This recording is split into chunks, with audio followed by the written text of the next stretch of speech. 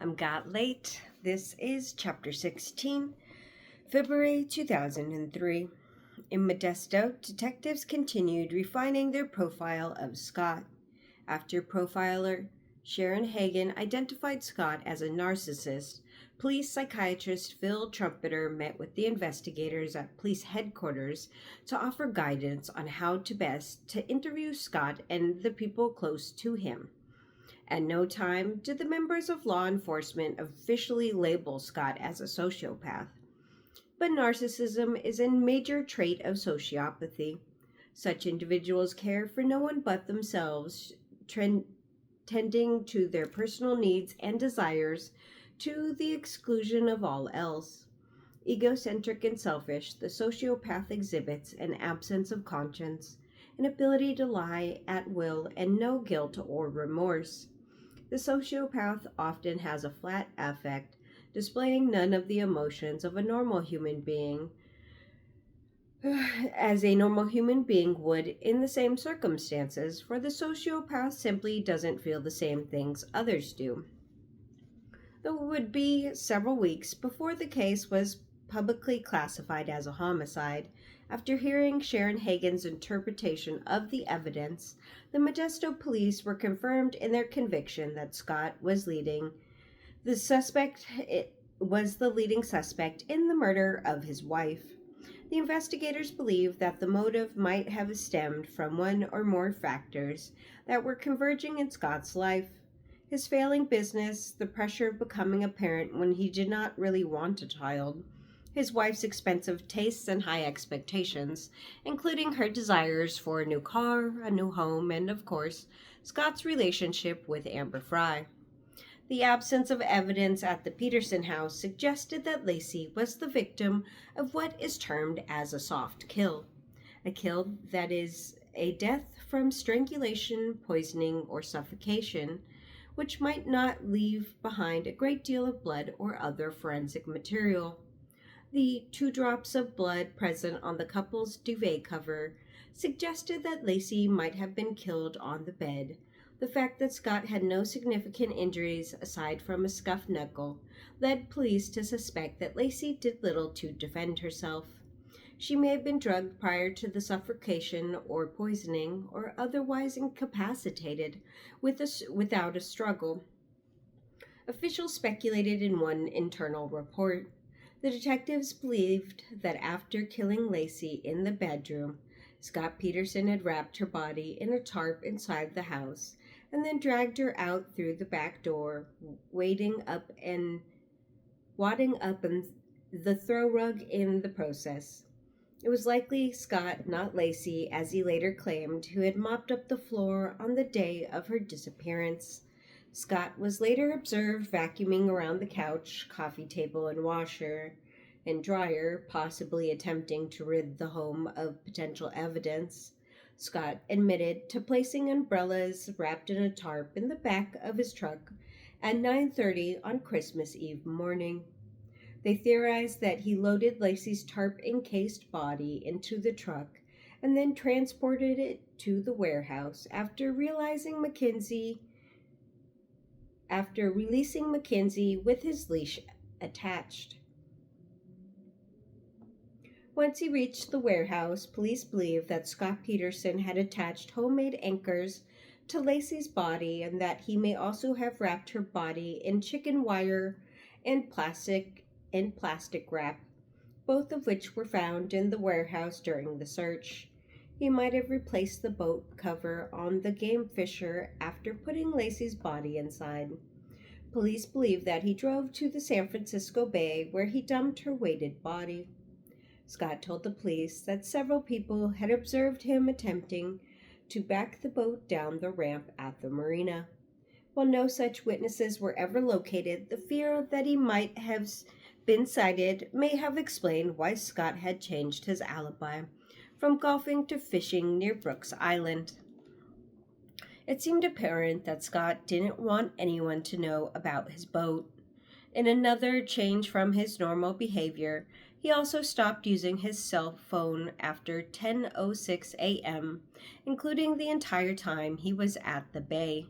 He did not make a single call until after he was convinced witnesses saw him around the marina.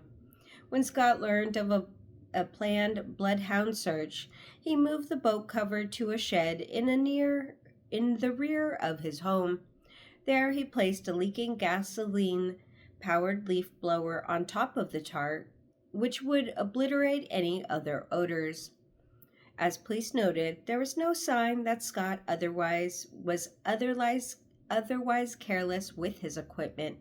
This looked like a deliberate act. With their working theory in place, detectives on F Street began preparing a case for the district attorney. By mid-month, however, it became clear that they needed more evidence. The police did not have a body, nor was there sufficient physical evidence to link Scott to the crime. DNA evidence collected during the search warrant had not yet returned any results. The case thus far entirely circumstantial. At headquarters, Grogan was investigating the possibility that Scott had intended to flee the country.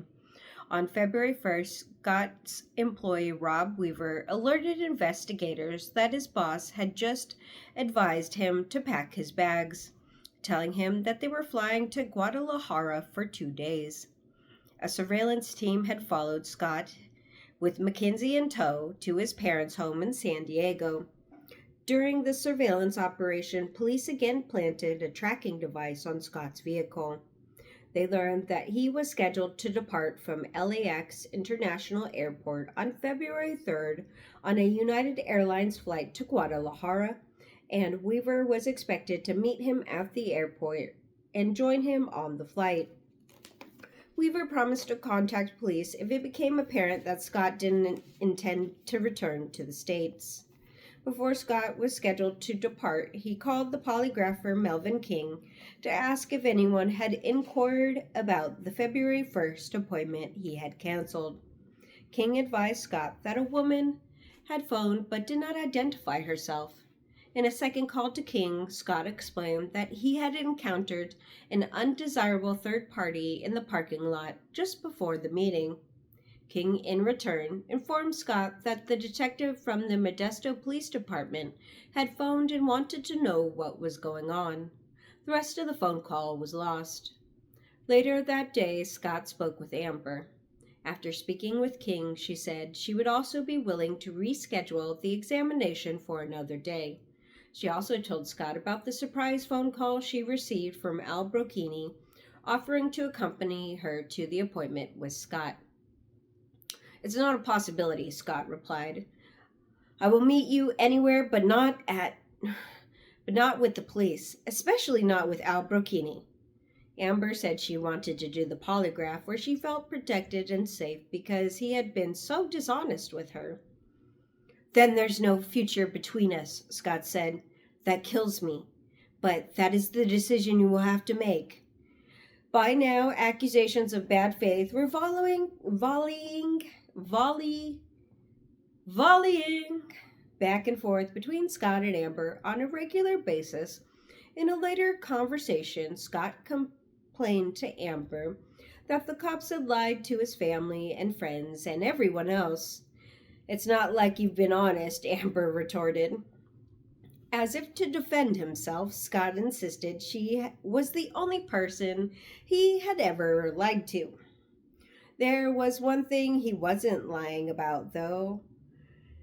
The agents had been deeply suspicious of Scott's plan to travel to Mexico, watching as he boarded the plane and monitoring his calls while he was in Mexico. Once he arrived, they may have been surprised to discover that he was, in fact, conducting business there. Scott Peterson, it seemed, would be returning to Modesto after all. Deputy District Attorney Rick DeSantos met Amber Fry for the first time at the Modesto Police Headquarters in mid-February, where they spent much of the time discussing Scott Peterson. Amber also expressed an interest in being interviewed by TV news personality Connie Chung, saying that she was upset at the way she was being portrayed in the media. She was told that no one could prevent her from giving an interview, but she was cautioned not to release any information about the case when speaking to reporters. Amber later phoned Sharon Rocha to get her feedback. Ultimately, she would decide against granting an interview to Chung or anyone else until the case was resolved. Throughout the month, Detective Grogan found Sharon Rocha a consistent source of important information. At one meeting, while the two were watching a crime scene video from December 26, Grogan asked Sharon to look for anything that appeared to be misplaced, reorganized, or missing. She pointed out a pair of men's tennis shoes around the French doors, the usual entrance of the home from the backyard. The sneakers she assumed belonged to Scott. Normally, she said, Lacey kept a pair of shoes there, too. Sharon also noticed that her daughter's pocketbook, which may have been hanging in the closet, was now hanging on a hat rack in the dining room area. Sharon also reviewed the events of Christmas Eve with Detective Grogan. In hindsight, she found it telling that Scott wasn't alarmed when he first returned home to find Mackenzie still wearing his leash and Lacey's car parked in the driveway. Scott's claim that he didn't grow worried until he had showered and dressed for dinner made no sense to her. Her daughter was a communicator, she said. Lacey would have left a message on Scott's cell phone or a note for him at home if she had gone out for some reason. Lacey's mother also told Grogan that Scott had left it up to her and Ron to call the police that night. Indeed, Scott never once suggested that the police should be involved. He didn't even know that Gratzky had called the police until the officers arrived in the park that evening. Grogan asked Sharon if Scott had ever mentioned that he missed Lacey. Sitting back in her chair, Sharon was thoughtful. No, she replied. Scott never appeared genuinely upset. For the most part, he appeared nonchalant, unflappable. He answered most questions with a simple yes or no. He never elaborated when asked directly about the events leading up to Lacey's disappearance. When speaking about Lacey, Scott had stock responses, insisting that they had to make sure that Lacey's picture was out there. For instance, on the argument that someone was bound to call with information that would help locate Lacey. Sharon told Grogan that recently she'd received several messages from Scott's mother, Jackie. At first, she had been reluctant to return the calls, worried that the conversation wouldn't go well if Jackie wanted her support from Scott. Eventually, though, Sharon had chosen to speak with her. Jackie told Sharon that Scott's family was praying for Lacey's safe return. She offered her assistance, saying that she thought it was horrible that the police had shown Sharon the photos of Scott with another woman. Sharon believed that what the police had done was the appropriate thing, but said nothing. When Jackie tried to excuse her son's affair, blaming it on one night stand or the fact that Scott had been drunk or something, Sharon pointed to the fact that Scott had kept in touch with Amber after Lacey disappeared. Jackie insisted that everything seemed normal between Scott and Lacey at the baby shower. Everyone attending around said so. Between Scott and Lacey at a baby shower, everyone attended around Thanksgiving. At the shower, Lacey said that she was having trouble sleeping and suggested that she and Scott get separate beds. Still, Lacey didn't seem angry at Scott when she made the comment, Jackie recalled. Jackie's remark didn't seem particularly significant to Sharon.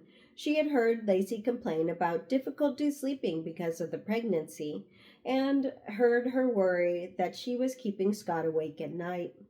Lacey told her mom that she'd offered to sleep on the couch, but Scott would not allow it.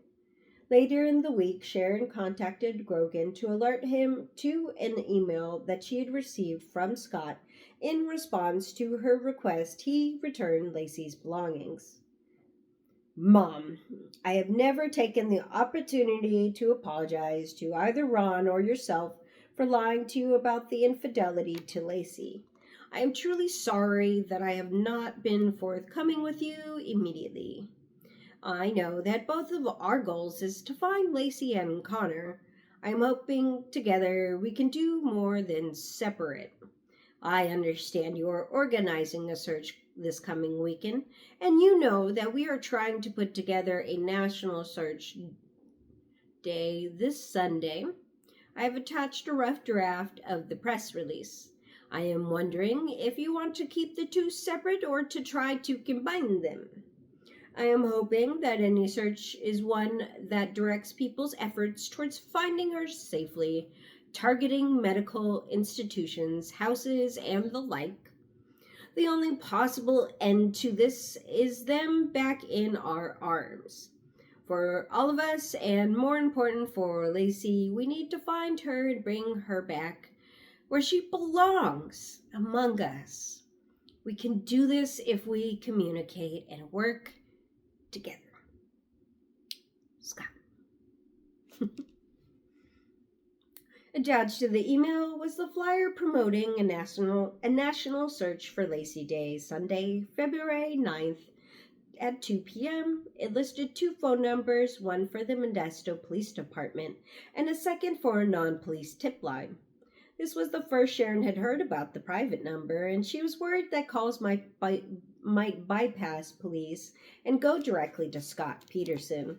Grogan also met with Amy Rocha at headquarters to try to settle the question of Lacey's jewelry.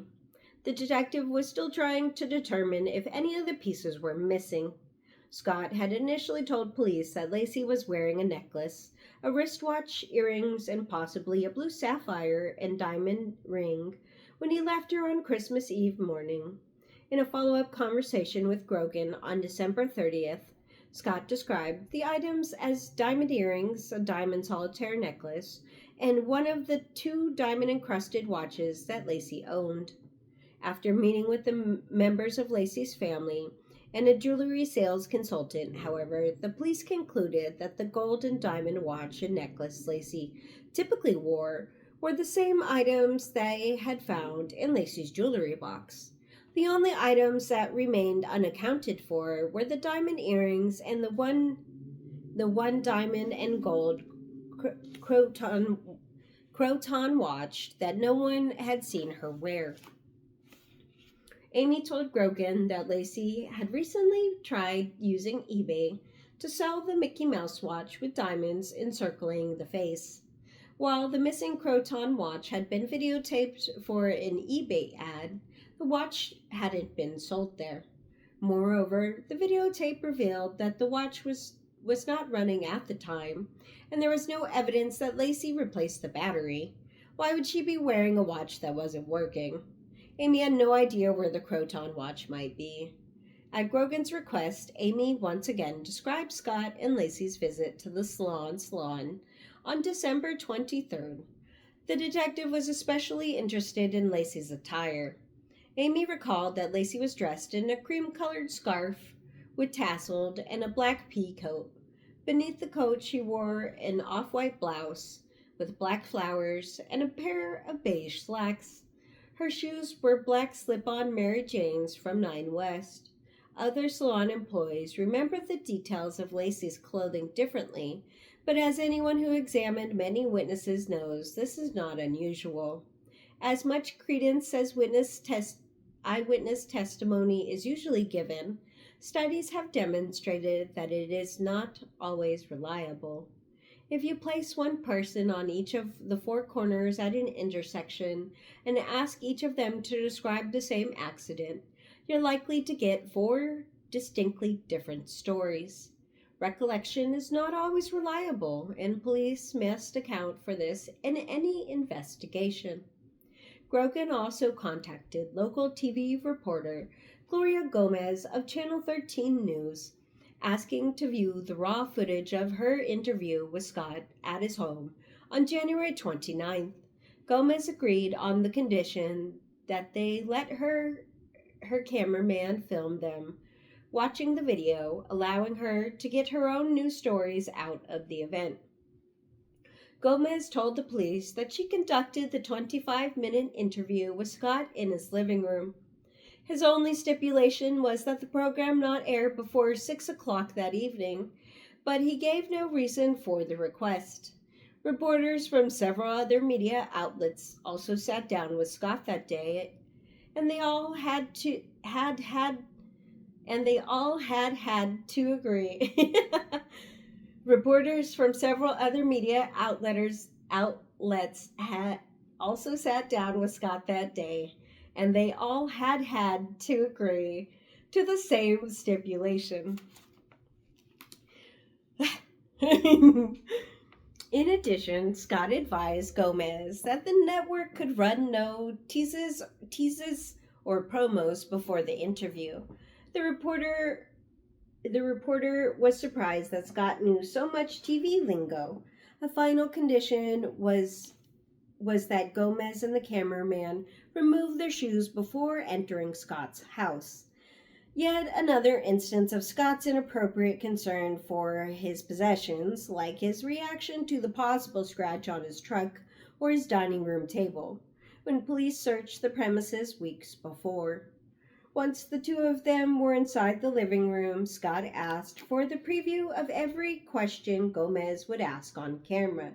She told him some of them, but not all. At headquarters, police reviewed the raw video.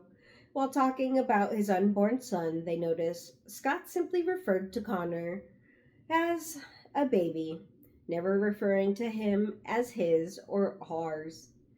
He declined ours as never referring to him as his or ours.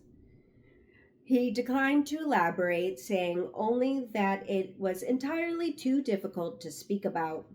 Do you go into the baby's room? Gomez asked. No, that door's closed, Scott replied. How long will it remain closed? Until there's a little guy in there. Scott's voice broke, and he seemed to choke back tears as he spoke. In his amazing performances for Sawyer, Gomez, and others, Scott repeatedly demonstrated his belief that the public and press could be duped. Scott's crackling voice and ability to cry on cue became more apparent once the police wiretaps revealed how swiftly he was able to turn them on and off. Gomez called Scott the following day to clarify some issues. Scott refused to expand on his answers and simply said no comment.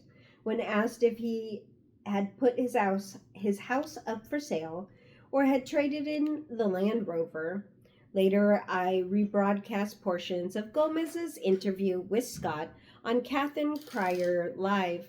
The footage showed Scott's cell phone ringing during the taping. Instead of answering the call, which could have been someone with information about Lacey, he jumped up, turned it off, and then told Gomez they could pick up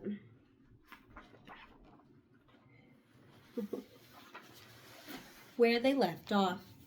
That was an aha moment for me, an unconscious signal that Scott knew Lacey was not coming home. This observation was picked up quickly by other talk shows, and Scott's reaction became an element of the prosecution's trial presentation. Meanwhile, officers continued their search efforts in the San Francisco Bay. Investigators had discovered what appeared to be a red paint transfer on the right or starboard side of Scott's boat. Red paint was also found on a black plastic fishing pole holder on the same side, as well as on bolts that protruded through the outside of the boat. Samples were collected to compare with red navigational buoys in the bay, which would provide an area for both cover and to tie off the boat and avoid flipping it when putting the body over the side. However, a match was never made. Search teams used cadaver dogs to identify which areas in the bay to scan with sonar devices, but investigators worried that the grid searches would prove fruitless if the current was moving the body along the bottom of the bay. Police contacted Dr. Ralph Shang from the U.S. Geological Survey for help in determining whether and where the currents would carry weighted objects such as a body in San Francisco Bay. Dr. Shang, a hydrologist with the U.S. Geological Survey, met with Detective Phil Owen in mid-February. Owen gave Shang the necessary details, Lacey weighed 153 pounds at the time of her disappearance and had possibly been weighted by 4 anchors totaling 32 pounds. She may also have been wrapped in chicken wire and some type of plastic wrap. Dr. Shang concluded that Lacey's body could be somewhere in the waters off the southern or eastern areas of Angel Island. Lacey's family also organized searches that month. Although more than 350 people turned out to assist the family in their search of the San Joaquin Valley for the first Saturday, the numbers diminished in the 2 subsequent searches. Still desperate to locate their daughter, Sharon Rocha phoned Scott several days before Lacey's expected due date on February 10th and left the following message. Scott, this is Sharon. I'm calling you to ask you to please either call Ron and I, or call Brent, or call the police department anonymously. Disguise your voice, whatever you have to do, but please call and let us know where Lacey is. Sharon said this in a voicemail. We need her home, Scott. Please, I know you loved her once. Please don't leave her out there. The baby's due date is on Monday. We want her home, Scott. You loved her once. I think you still do. So please don't leave her out there all alone. Call us and let us know where she is, please. Scott phoned her back. I lied to you about having an affair, Scott told Sharon. That's right, but I don't know anything. I think you do, and I think you're still lying. We need to have her home, Scott. Like I said, you loved her once. I loved her. I love my son. I love her. I want them home. I'm having a hard time believing any of that because you're not showing it. She is my joy and my happiness. Then why did you kill her? Sharon asked. I did not hurt her. Maybe you didn't hurt her, but you did kill her. I did not, Scott insisted. Well, you know what? You're the one who's going to live with this. You're the one who's going to burn in hell for doing this and lying to everybody. So if you have any compassion, any soul at all, for any redemption at all, Scott, you've got to tell us where she is. Don't leave her out there all by herself. On February 10th, Lacey's families and friends held a sunset candle vigil at East La Loma Park to mark her due date with the remembrance and prayer. 3 days later, Scott's family held a press conference in San Diego to announce that they were contacting hospitals and clinics around the county in the hope that Lacey might arrive to give birth. Once again, Scott was conspicuously absent from both events. On February 18th, police served a second search warrant covering Scott's home and vehicle, along with the storage locker he had rented in the Fresno area since vacating the warehouse on Emerald Avenue. In the warrant applications, police cited a number of reasons for the additional searches and described at length was Scott's suspicious behavior. Scott's behavior described at length of Scott's suspicious behavior. Scott's response of being shown a fax copy of a photo of him and Amber in early January. Is that supposed to be me? Scott's claim that he had purchased a 190-pound bag of cement from Home Depot to make 1 anchor and had thrown the rest away in a garbage pail at his home. A subsequent examination of that trash pail failed to produce any evidence of loose cement. He told Brent Rocha that the balance of the concrete was used in his driveway, but told Brocchini it was used in the backyard. Scott's 5 trips to the Berkeley Marina in a rented or borrowed vehicles included one right after the police left a message indicating they knew Lacey's body was in the bay.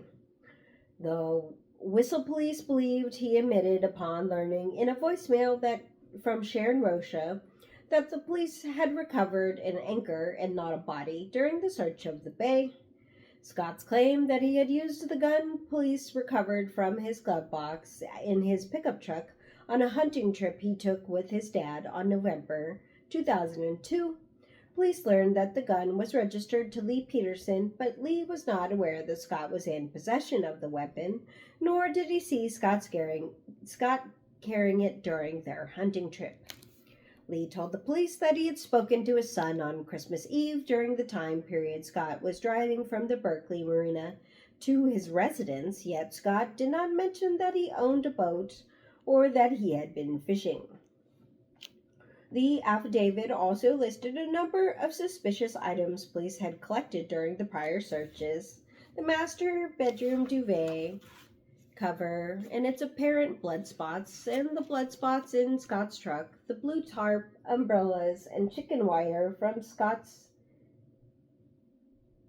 truck, Lacey's jewelry, a vacuum cleaner and bag, the boat cover, and a pair of white tennis shoes from Lacey's closet. Tests determined that the blood in the truck on the duvet cover was human. Later in the month, forensic analysis would confirm that it was Scott's.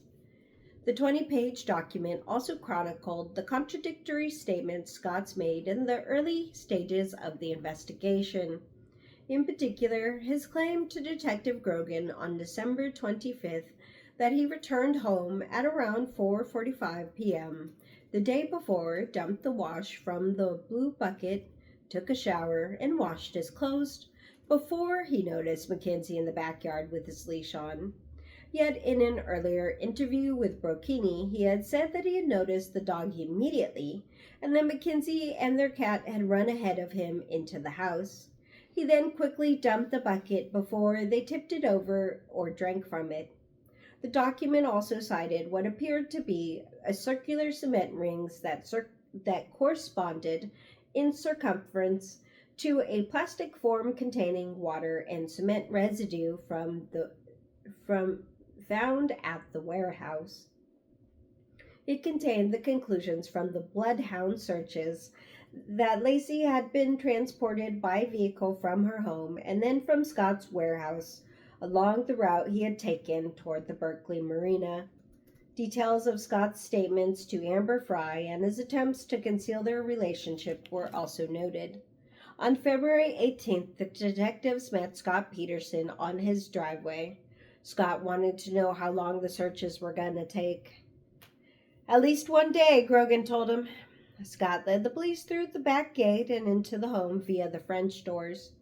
Pointing to a packed duffel bag on the floor, he explained that he needed several articles of clothing contained inside and asked if he could take the bags with him. The police would have to search them first, he was told. Inside one, officers found a bottle of wine and a prescription bottle of Viagra, purchased from the internet site called First Online Pharmacy. The label on the bottle indicated that the prescription was originally filed in July 2002 and had since been refilled several times. Later during the phone call, Grogan asked Scott about the Viagra. "The prescription you had, do you want to tell me what that's all about?" What prescription?" Scott asked. "The Viagra." "No, personal deal," Scott replied. Grogan apologized that the discovery of the Viagra was leaked to the press. "That doesn't bother me, don't worry about it," Scott replied. "Pretty small shit compared to where my family is, so I don't care." Detectives also searched Scott's wallet. They found assorted credit cards and $500 bills. $500 bills. In one of the duffel bags, they discovered a white envelope containing $1,081 in cash, another clear plastic bag which was stuffed with $1,000 in cash. "I looked at Scott's left and right hands," Grogan noted. "I saw he was not wearing a wedding band, and he had one ring in his property in a duffel bag that looked like a man's wedding band." During the search, Grogan took the opportunity to quiz Scott about the variety of matters. Was Scott still operating out of the warehouse on Emerald Avenue? Scott said that he had 2 crates of product, a forklift, and a fax machine there, but the rest of his things were in a new warehouse facility in Fresno. Where's Mackenzie?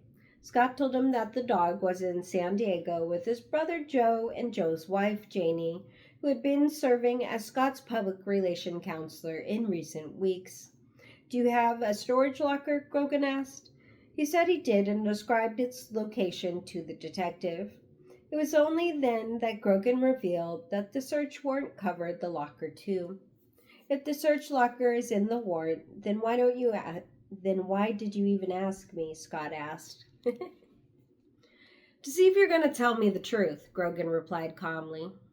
Grogan then inquired about the 1866 Lacey info line Scott had set up. He wanted access to the tips coming in on that line.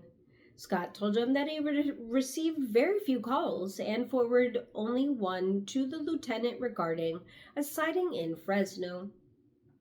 Grogan said that the police had already received more than 7,000 tips. He was surprised that Scott had received only one. Scott told him that there were others, but he had deemed them unimportant and then had discarded them. Have you or your mother received the faxes coming into the tip line? Grogan asked. I'm not comfortable answering your questions, Scott replied. Scott then told Grogan that the Lacey info line was primarily for the press, but it was also designed to help him find out what was going on, since he wasn't being kept appraised of leads the police were following. Scott admitted that his mother had received one tip, but he declined to answer when Grogan asked if his mother had a fax machine. Is Kirk McAllister still your attorney? Grogan asked.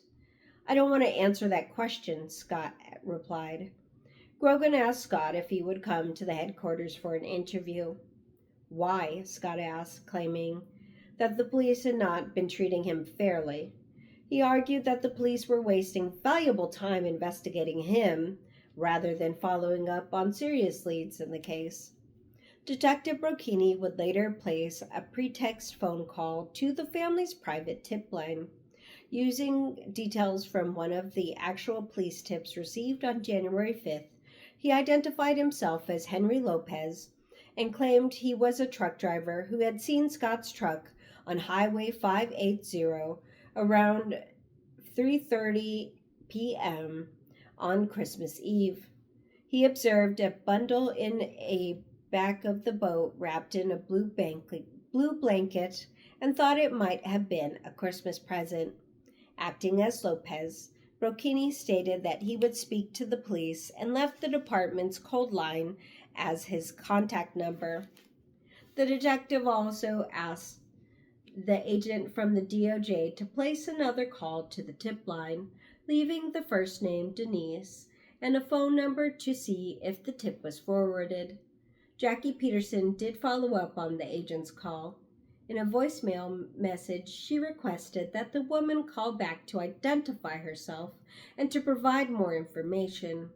Brocchini's tip, however, received no return call. Later, Jackie would agree to fax Grogan any leads she received on the 1866 Lacey info tip line, but she didn't get around to this for another 10 days. When Grogan finally received Jackie's tips on February 28th, the information was not in any order. Of the 30 pages, 10 were duplicates of a single page. The tips began on February 17th and ended on February 20th. One tip that apparently came in on February 18th between 2:38 and 3:26 was missing. The pretext message from Al Brocchini was not among them, nor was the tip from the agent at the Department of Justice. Stacy Boyers, the manager of the Lacey Peterson Fund, later received 2 invoices from Jackie Peterson for the 1866 Lacey info tip line. Sharon Rocha denied that payment, stating the expenditure had not been approved. In addition, she said, there appeared to be no legitimate purpose for that line. Okay, bye.